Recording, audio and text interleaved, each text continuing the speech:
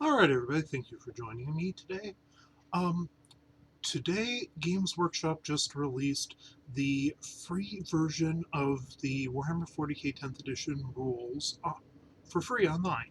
Now, anybody that's been watching the rumors, the full Leviathan book that would come with the starter set has already been leaked. But as this is the official, we're going to go over this today. So, script page.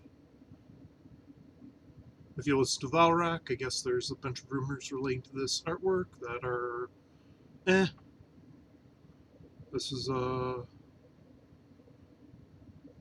looks like your standard splash page of what is Warhammer 40k, which if you're watching this and you don't already know, Warhammer 40k is a tabletop miniatures game that that um, postulates, or I don't even know if that's the right word, simulates what the possible battlefield in the 41st millennium could be. We're not going to get into the fluff today. We're just strictly looking into the rules, core concepts, the battle round, data sheets and units ability, strategic reserves, strength features, mustering your army, missions. Um, this is just saying that some of the abilities are in the rules section, not on the individual data sheets. Hints and tips, bullet point summaries, page numbers, yay. Alright. I'm gonna go through some of this stuff pretty quickly because it's bog standard for anybody who is already familiar with the game. Units. A unit is one or more models from the same data sheet. Friendly models is everything in your army. Enemy models is everything in your opponent's army. Keywords are in bold and might mean things. So, unit coherency. So the key takeaway from this is if the unit has 2 to 6 models, well, coherency is 2 inches horizontally, 5 inches vertically.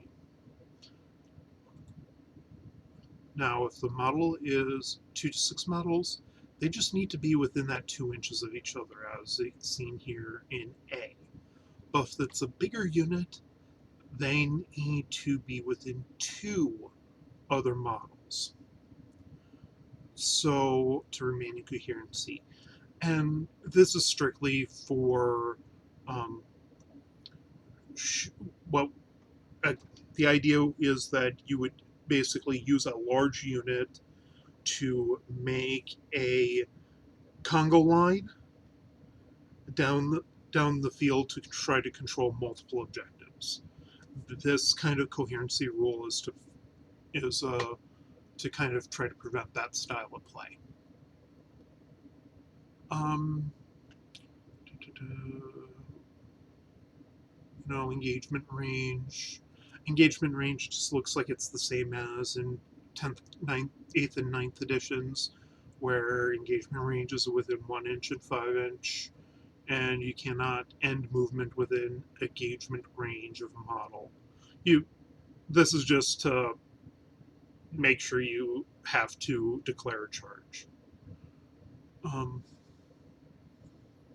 Terrain, measuring distance. This section just this is where I stopped reading earlier today, talking about determining visibility. It's basically saying, hey, this model is visible. Because we can see this model, this unit is visible, this is fully visible, this unit is fully visible. This might come into play if we end up with talking about cover. We're going to kind of skip these hints and tips stuff. Clarification of what they mean by D3. 3 dice rerolls. Unmodified dice. The result after reroll, but before any modifiers. A die may never be rerolled more than once. You must reroll all dice if several need adding together. Rerolls are applied before modifiers. Roll off, should know what a roll off is. You just roll, each player rolls a die and see who gets higher. The sequence of play. So this is talking about the battle round. So, command phase. Both players muster strategic resources. Then you test your unit's battle readiness. Movement phase, your unit maneuvers, shooting phase. Now, a big thing to notice here is we no longer have a psychic phase.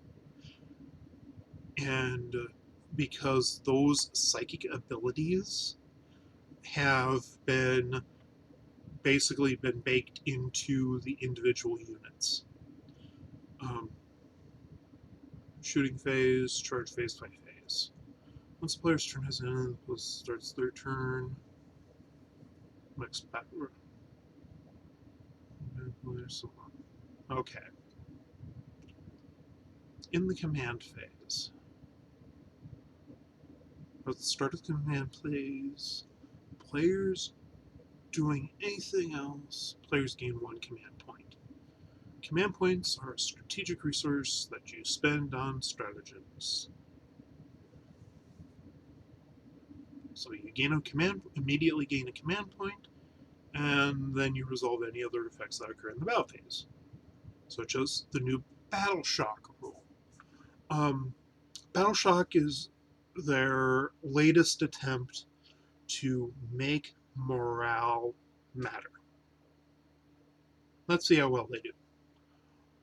In this step, you must take a Battle Shock test for each of your units on the battlefield that are below half strength. To do so, roll 2d6. If the result is greater than or equal to the best leadership characteristic in that unit, the test is passed. Otherwise, the test is failed. Until the start of your next command phase, that unit is battle shocked. While a unit is battle shocked, their objective control characteristic of all models is 0. If it falls back, it must make a desperate escape for every model. Its controlling player cannot use stratagems to affect that unit. So this is the big one, is that so instead of losing models, you'll lose your ability to control an objective, and then you can't use stratagems on them.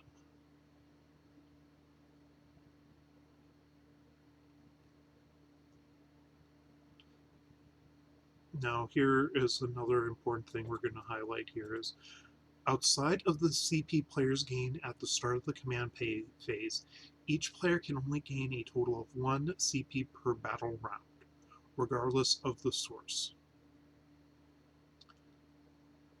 Okay.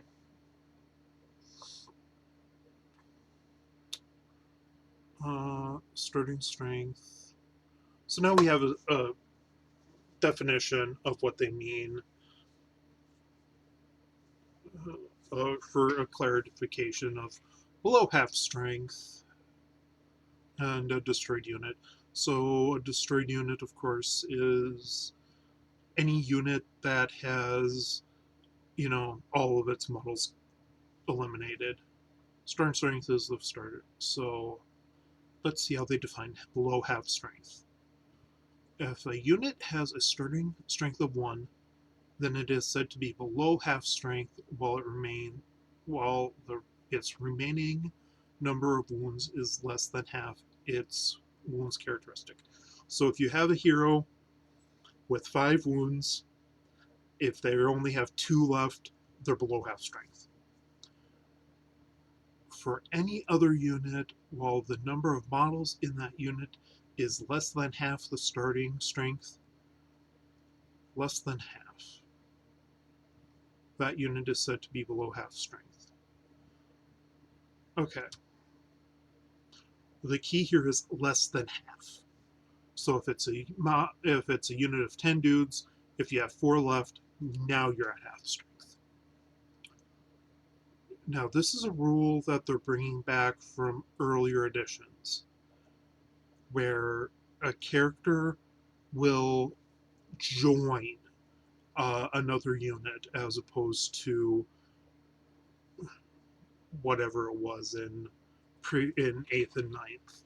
So some characters have the leader ability lets them merge with other units known as a bodyguard unit to form an attached unit. The starting strength of an attached unit is equal to the combined starting strengths of all the units,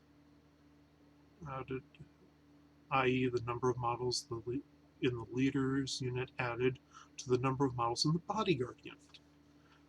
It's important that they say leader unit, because this way, if you have, say, a command squad of 5 dudes and they join a regular tactical squad of 10 dudes, then your total starting strength is 15, because your command squads are typically going to be 5.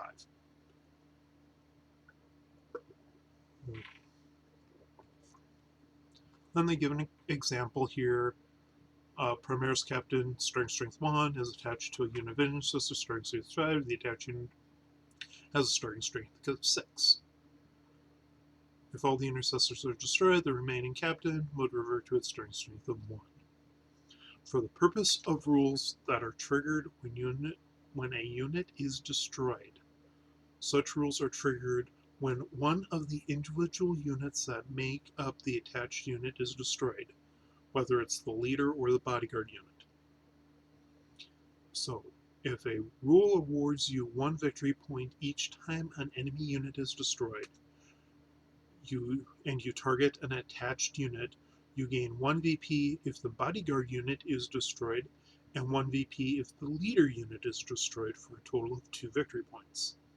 That's a good clarification to get out of the gate. Movement phase. I don't expect there to be any new great revelations here in the movement phase.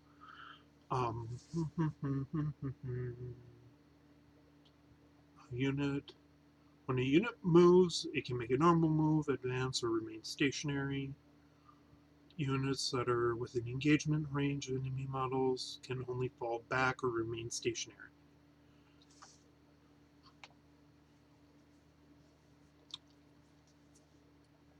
If a unit remains stationary, none of the models are moved. Normal move, then move up to the movement characteristic, but cannot end in engagement range. Advance, movement plus d6. Cannot move with engagement range. Units that advance cannot shoot or charge this turn. Okay. That's all standard. Let's take a look here at falling back. When a unit falls back, each model in that unit can make a fallback move by moving a distance in inches equal than or less than the move characteristic. When doing so, they can move. When doing so, you can move it within engagement range of enemy models, provided it does not end that move within engagement range of an enemy model. If this is not possible, this unit cannot fall back. A unit cannot shoot or declare a charge the turn in which it fell back. Desperate escape tests. Unlike when making other types of moves, models can move over enemy models when making a fallback move as if those enemy models were not there. But you must make a desperate escape test for each model that will do so. excluding models that are Titanic or can fly. Before any models in that unit is moved, in addition to a unit, if a unit that is battle shocked when it's selected to fall back, you must make a desperate escape test for each model in that unit before they are moved. Each time you make a desperate escape test for a model, roll a d6. On a roll of 1 or 2, one model from that unit that is falling back is destroyed. And the same model can only trigger one desperate escape per phase. Okay. You fall back, you're surrounded, it's a desperate escape. You then can possibly lose guys on a roll of a 1 or a 2. This is to. Okay. I'm okay with it. That's fine. Um, Moving over terrain.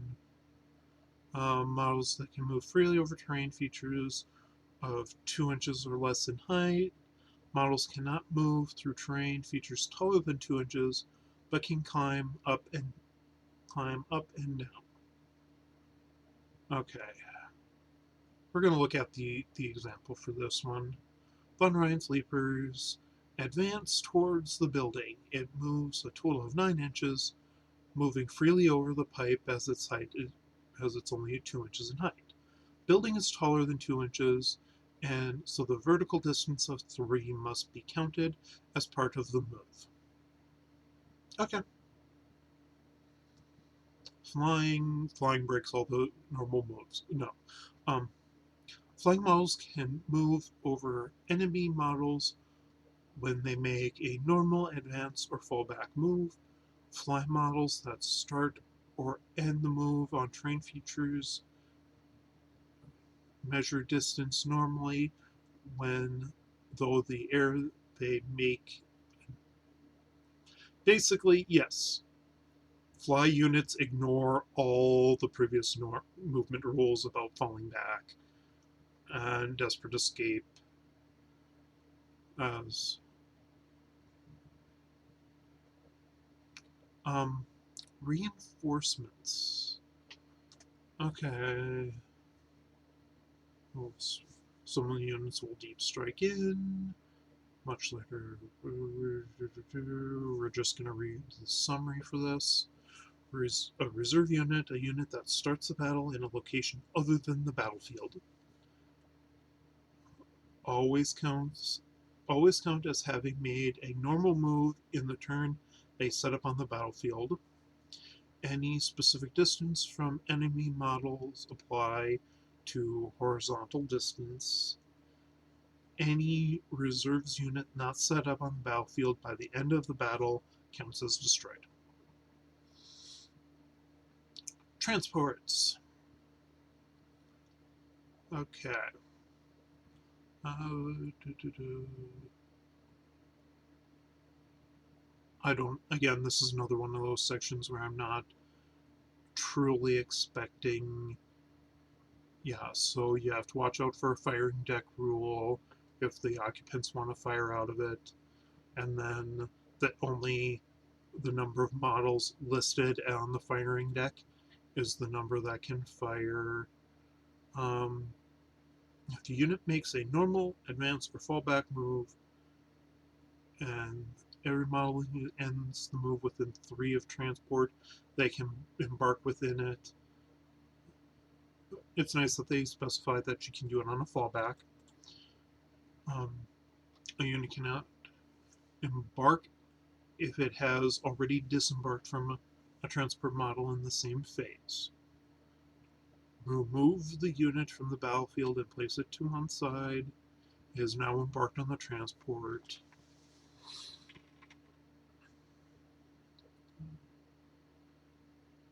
Embark or disembark in the same phase.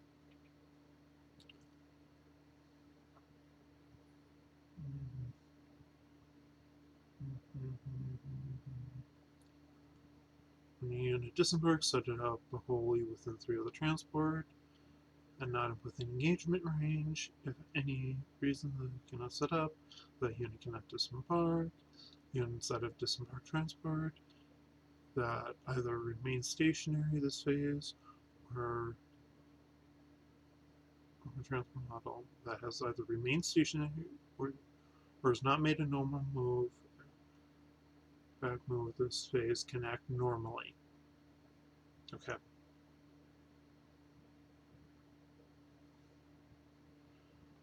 So it's a leapfrogging thing. You can't have them jump out, or you can't move the transport, let them jump out, and then move. If they disembark from a transport that has already made a normal move themselves, yeah. So if you move the transport, you can still disembark, but you don't get your normal move. I think that's fair. I'm okay with that. It's better than versions of the rules that just say if you don't get out before the transport moves, you can't get out. Um,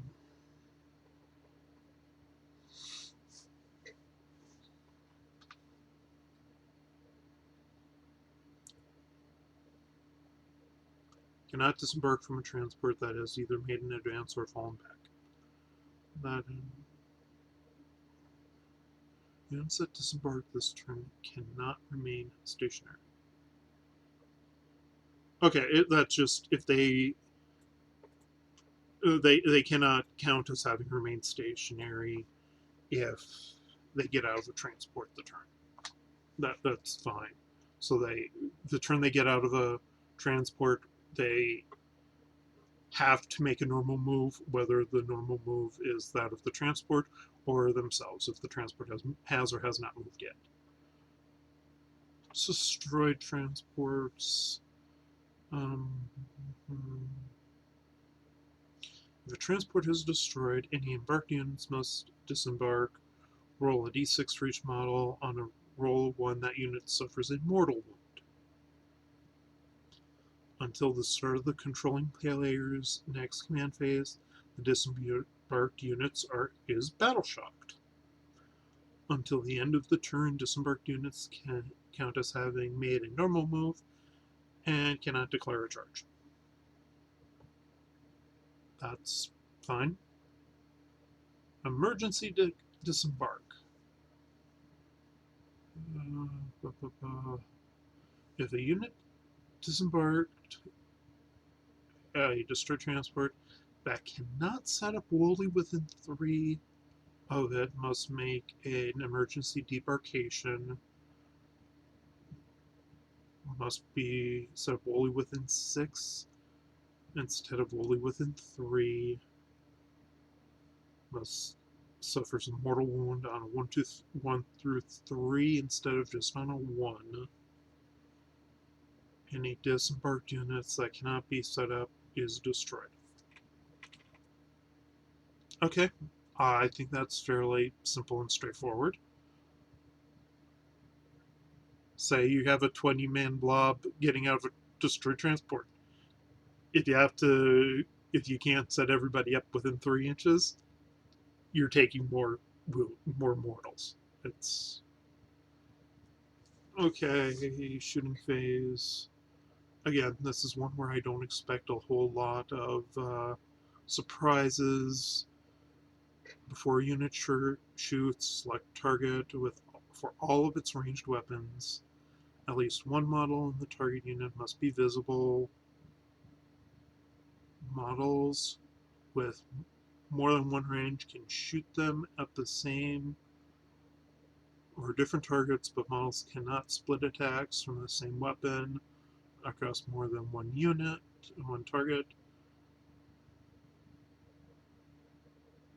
Models in the same unit can shoot at the same or different targets. So we're keeping the everybody gets split fire. Um, models with more than one ranged weapon can shoot them at the same or different targets.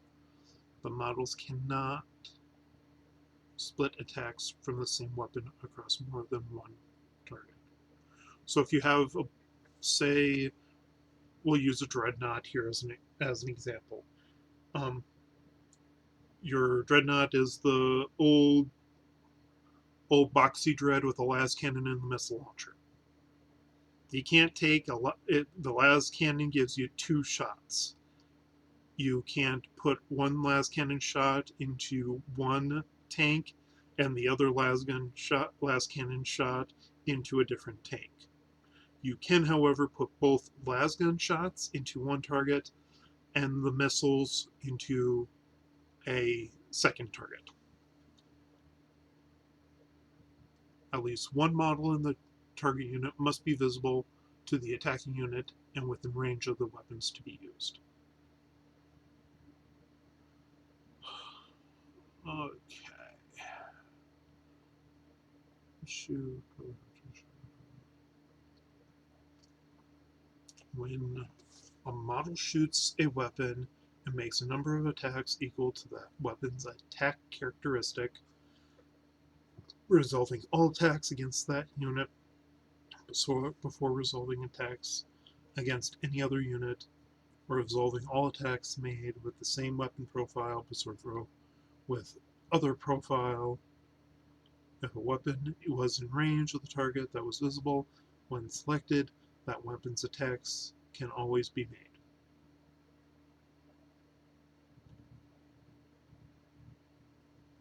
Okay, so what this means is, say, go up to our examples earlier where you had the one guy standing out behind the wall and 4 guys behind the wall. So you only had one guy visible. Even if he pulls that one guy who is visible as the first casualty, the rest of your attacks still go through.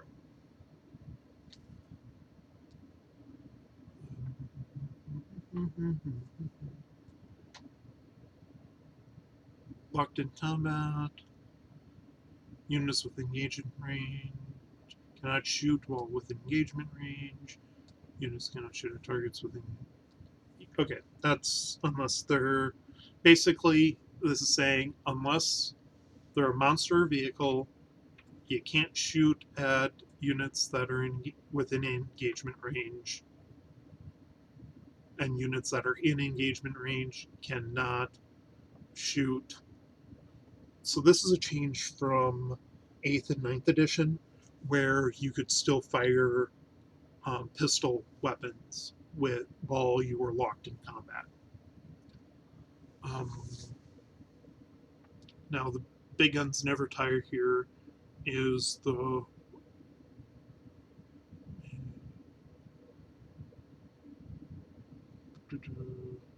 basically a rule that lets vehicles and monsters break this other rule. So monsters and vehicles can shoot and be shot at even while they were within engagement range. Each time a range attack is made by or against such a target, subtract 1 from the hit roll, unless shooting with a pistol. So I'm assuming, okay, so the way that's said, I'm assuming pistol weapons still break this rule. Stealth. If every model in a unit has this ability, then each time a ranged attack is made against it, subtract 1 from the hit roll. Okay.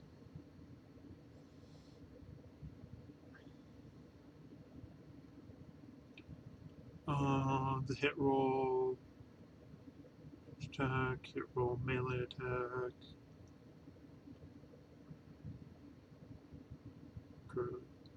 Okay, critical hit, unmodified hit of 6 is always a success. An unmodified hit roll of 1 always fails. A hit roll cannot be modified more than -1 or -2, or -1 or +1. Wound. Again, I'm not expecting a whole lot of difference here. Target strength.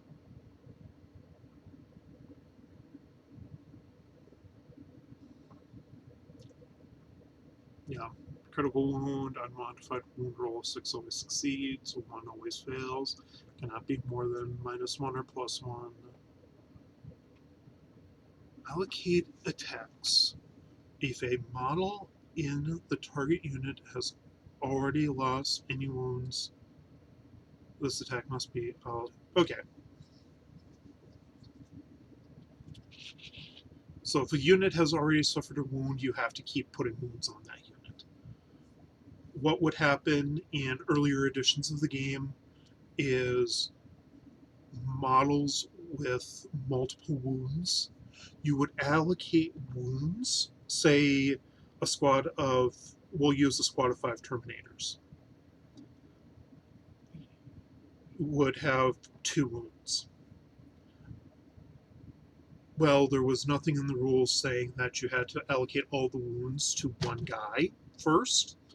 So you would allocate a wound to each of the 5 Terminators. So only on dealing the 6th wound, you would actually pull a model, thus actually reducing that unit's ability to fight and fight back. It was cheese, pure cheese. Um, Saving throws. Okay. Model save characteristic. So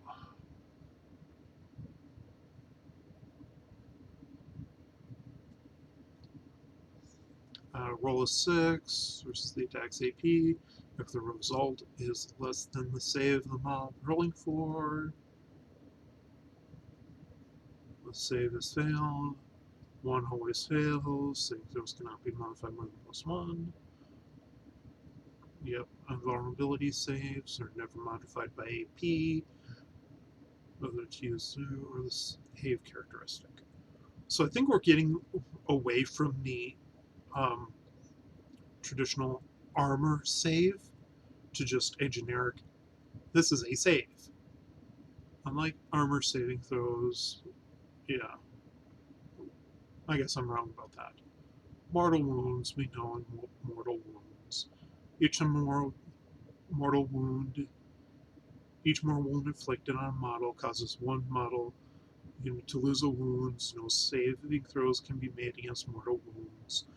Mortal wounds inflicted by attacks always apply after any normal damage, even if the damage was saved. Okay, that's an interesting clarification. Is that mortal wounds inflicted by attacks apply after any normal damage. Inflicting damage, a wound loses a number of wounds equal to the damage characteristic.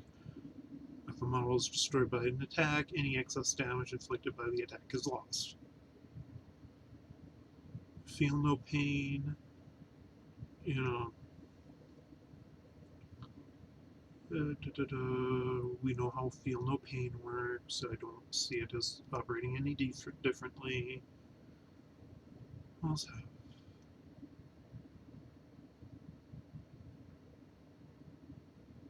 Deadly demise. When a model is destroyed on a result of 6 on a 6, roll a d6. On a 6, each unit within that within 6 suffers X more wounds. Okay, this is the new explosion rule. Is they're just lumping it under deadly demise.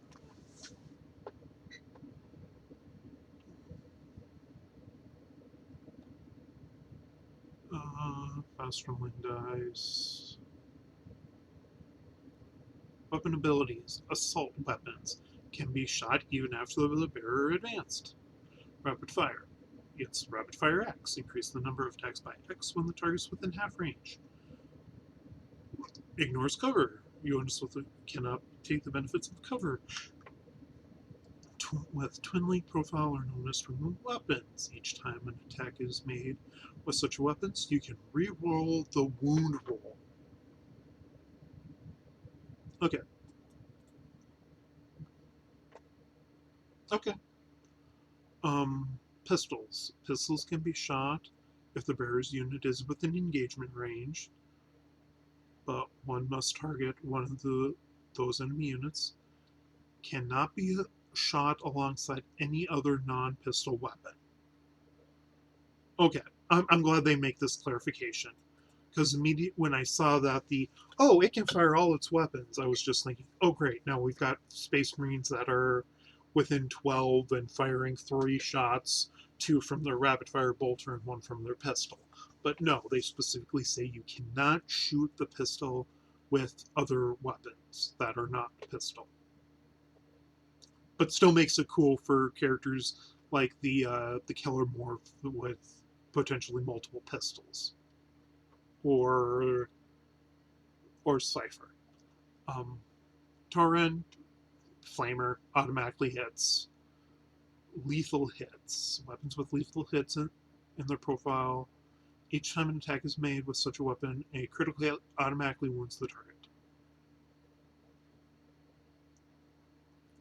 Okay? Lance. Each time an attack is made with such a weapon, if the bear made a charge this turn, add 1 to the wound roll. Okay. Indirect fire. So can target and make attacks against units that are not visible.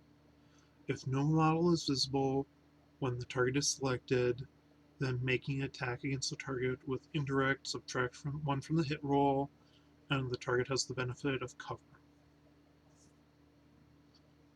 Okay. So that's basically just keeping the indirect fire nerf from the balanced status slates they introduced in 9th edition. Precision. When targeting an attached unit, the attacking player may have the attack allocated to a character model in that unit visible to the bearer. Basically, your sniper weapons can pick out who you want to kill. Blast. Add 1 to the... So this is a change. This is something that has changed. So with Blast, you add 1 to the attack characteristic for every 5 models in the unit. It can never be used against a target that is within engagement range. So what it was in previous editions was if you were facing a unit of 5 to 10, you automatically got half the number of attacks you would roll for the weapon, and if it was a unit of 11 or greater, you would get the maximum number of attacks. What this does is it straight up adds to it. It makes Blast much more interesting. It makes Blast much more... I want to take it more, essentially. Melta. Increase the damage by X while within half range. Heavy. Add 1 to hit rolls if the bearer remains stationary during this turn. So this is a change to how heavy works, where heavy, if you moved, you would be at a penalty to hit. Now it's, no, you get a bonus if you remain stationary. I'd like that. Hazardous weapons. This is our good old plasma guns getting hot. After a weapon shoots, roll 1 hazard. After a unit shoots or fights, roll a hazardous test, 1d6 for each hazardous weapon used. For each one that model equipped with a hazardous weapon is destroyed. Characters, vehicles, and monsters suffer 3 mortals instead. Devastating wounds. A critical wound inflicts mortal wounds instead of the normal damage characteristic. Equal to the normal damage characteristic instead of abnormal. Okay. I think you know what I'm trying to say. If a weapon has devastating hits. On a 6, its damage becomes mortal wounds instead of regular wounds. Sustained hits. Each critical hit scores X additional hits on the target. Okay, so this is our lightning rule. So when you hit on well, it's like the Tesla rule for Necrons, where if you get a 6, you add 2. You get 2 additional hits. Extra attacks. The bear can make attack with this weapon in addition to any other weapons that can make attacks with. Okay.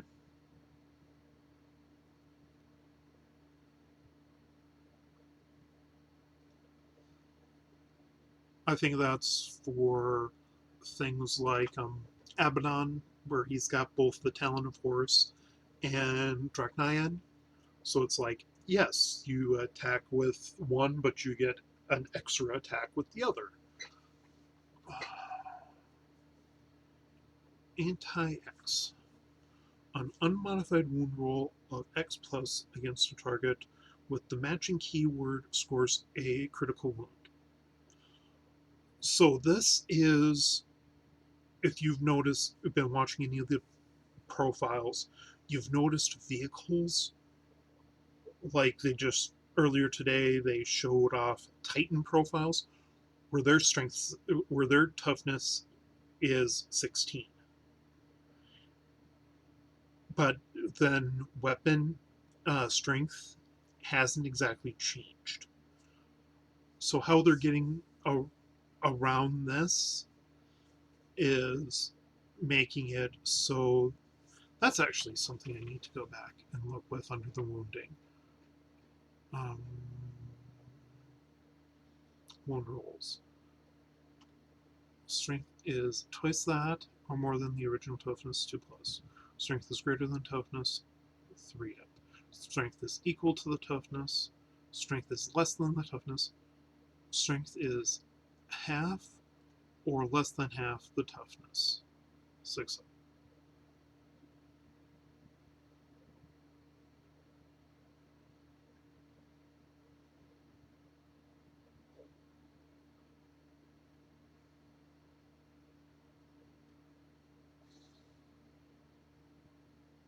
So you can still wound anything on a 6 up.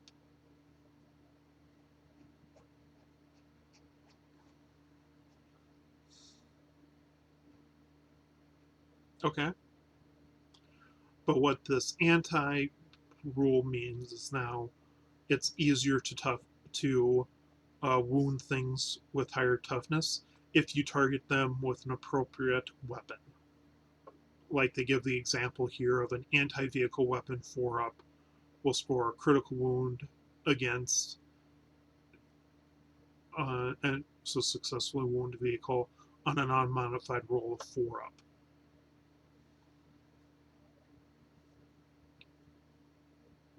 Um,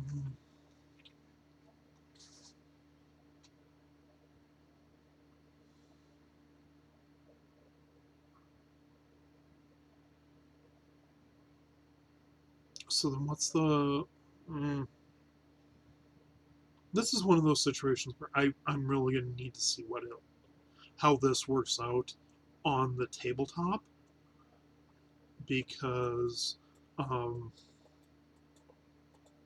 like I said, if I can still wound anything regardless of its toughness on a 6 up, then what was the point of giving things such ridiculously high toughness in the rules? hmm.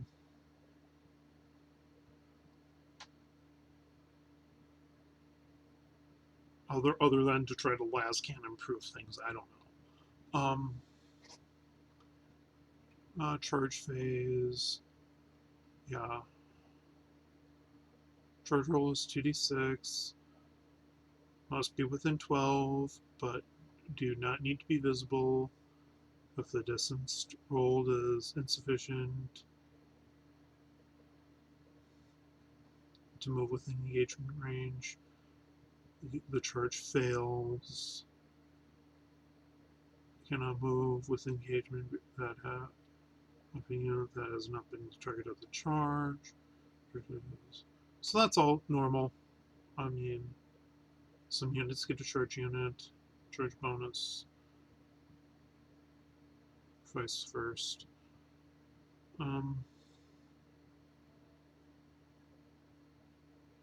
Charging.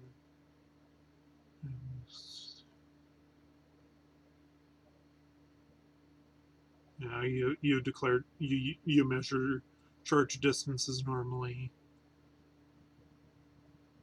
You know, charging with fly units, you ignore it. Fight phase. Units fight first. So they're basically just saying that units that have charge gets fights first. That's the ability.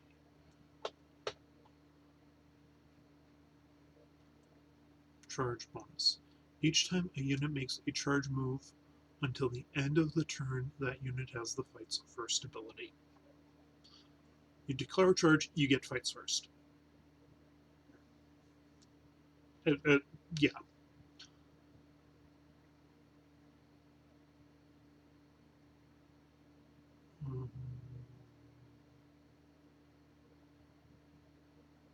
Yeah, there's nothing different here.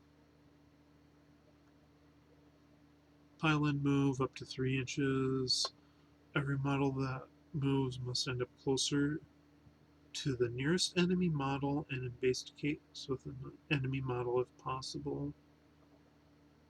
The unit must end in unit coherency and within engagement range.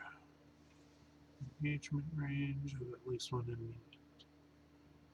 Melee attacks.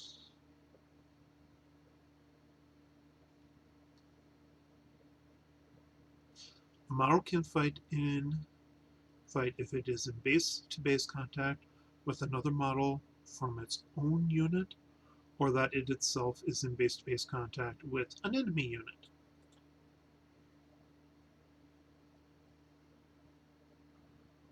Okay, so what this used to be is they used to have, in order to fight, you had to be within an inch of a model that was within an inch. This means if you had like a horde of 20 orc boys charging a unit of 5 intercessors, only like the first 2 ranks that would envelop the intercessor squad could attack. The way I'm reading this is as long as you're in base to base contact or with another can fight if it is in base contact with another model from its own unit that it itself is in base. No, it still works that way. So it has to be either its base is in contact with the enemy or it's in contact with somebody who's in contact. Selecting weapons, using it. Okay. Each model can fight, does so using one of its melee weapons. Each model makes the number of attacks equals to the attack's characteristic of the selected weapon. So this is different from AOS, because AOS you swing with everything. Well, so you only pick one weapon. Unless, of course, it has extra attacks. Targets for all attacks before any are resolved. Attacking models must be within engagement range or in base contact with a model that itself is in base-to-base contact. You know, resolve this as if you're making attacks.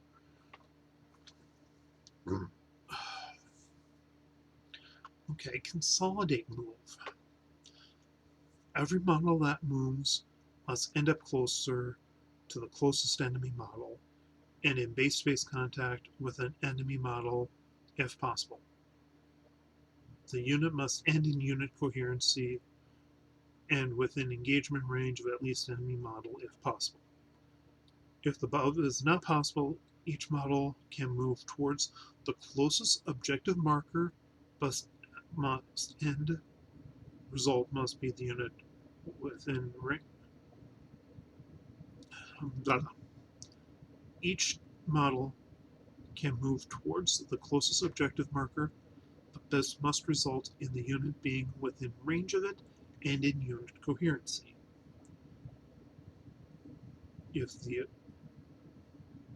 So every model must end up closer to the closest enemy model and in base-to-base contact if possible. The range must end in unit coherency. So you have to, if you can, you must first end up base-to-base with an enemy model. If that is not possible, then you may move to an objective as long as most in the unit being within range of it and in unit coherency. So you can choose, you have to go towards, so you can't just pick an objective, I am moving on the other side of the board and get those 3 inches of movement. No, you have to select the closest objective and you must end up within that objective.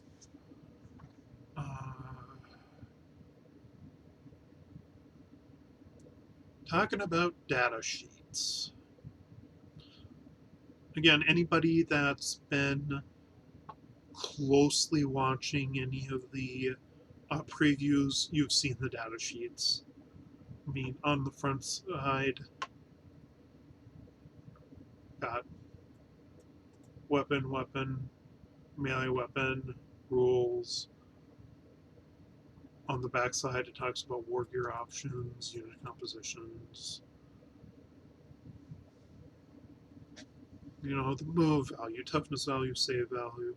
The only thing new here is you get a new statistic. So first of all, they've divorced attacks, ballistic skill, and weapon skill and strength from the basic stat line and have baked those into the weapon profiles. This is okay. It lets you make more attacks with certain weapons, lets other attacks be harder to hit with. If you've been listening, what it basically goes is it's going to be easier for a Space Marine to hit its target with a Power Fist than a Guardsman with a Power Fist. And then, so you don't need yeah. So they're trying to get away from a lot of this weapon has to have the same profile across multiple codexes with multiple characters. Now they can, if they want a character to be really good with something, they can just make them really good with that weapon. It's on their data sheet instead of saying this is just a generic weapon profile. The only thing they've added here is the objective control, which is this shows the effectiveness of a model can exert control over an objective on the battlefield. This is going to be how you determine who controls an objective, is objective control. And baking this into the battle shock rule, in that battle shock reduces this to 0, is good. I like that. Abilities, weapon ranges. weapon stats. These, again, these are all standard keywords, options, aware abilities, psychic abilities. See, some of these stuff we would need to look at. I don't want to get into it. This is probably getting long enough already. You know, but these kind of abilities, if you're interested, I can grab some of the uh, released data cards that they've shown and talk more about these types of abilities another time. Um, so these are deployment abilities. Um, I don't think we want to go into all of them for the sake of time. I'm sure this is getting long enough already. Let's hit some highlights. Deep strike. Units set up for reserves instead of on the battlefield. Must be set up in your reinforcement steps more than 9 away horizontally. So you still have to, during the clear,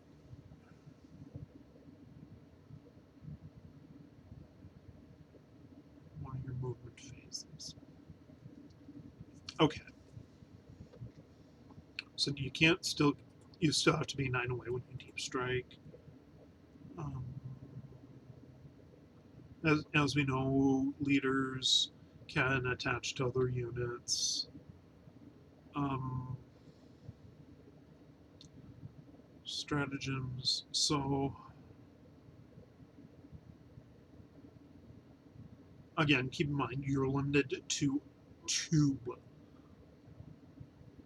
You start each turn with 1, and then you can gain 1 more. So we should never see any stratagems with more than 3 CP. Um, okay. The question here becomes, like in Age of Sigmar, you get your hero point abilities, your command point equivalent, but it's use it or lose it. So what I'm interested to see here is, can you just keep accumulating command points?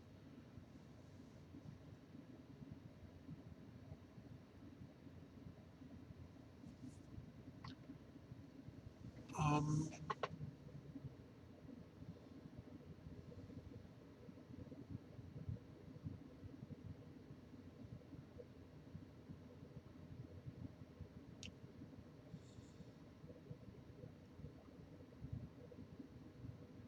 um,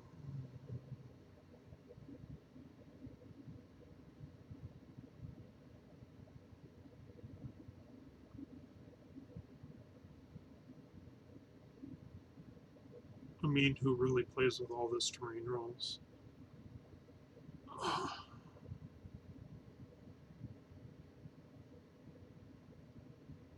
Um,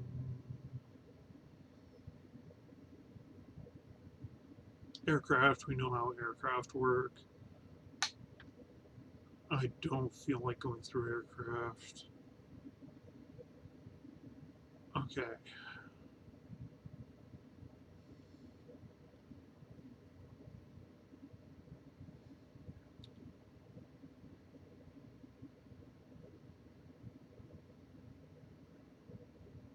Select detachment rounds.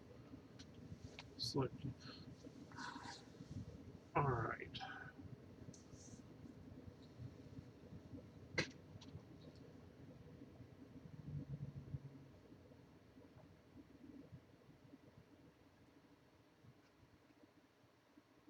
And then we're into like the specific missions.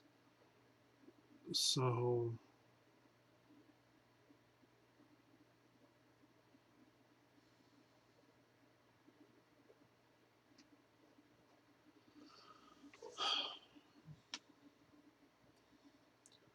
all in all, I don't think this is the huge shakeup that anybody was. If you were thinking this was a huge shakeup, to the core play. It's really not. To be perfectly frank, the core rules of ninth edition, there was nothing wrong with them. The problem was with the army books, and just made the over complexity of ninth edition was all in the army books. And so they needed to have at least a superficial change to how the core play is in order to kind of rationalize removing all the current codexes and basically making people start over with indexes. I think they've managed this with how the changes to the unit data cards work. Um, but again, this is not a part of, the core gameplay hasn't really changed all that much, especially if you're somebody like me that has been playing since 5th edition. It's just the base change here is, again, Battle Shock being their latest attempt to make morale matter, and I think they might actually have succeeded this time. So, again, leave your thoughts out in the comments, and everybody have a nice day.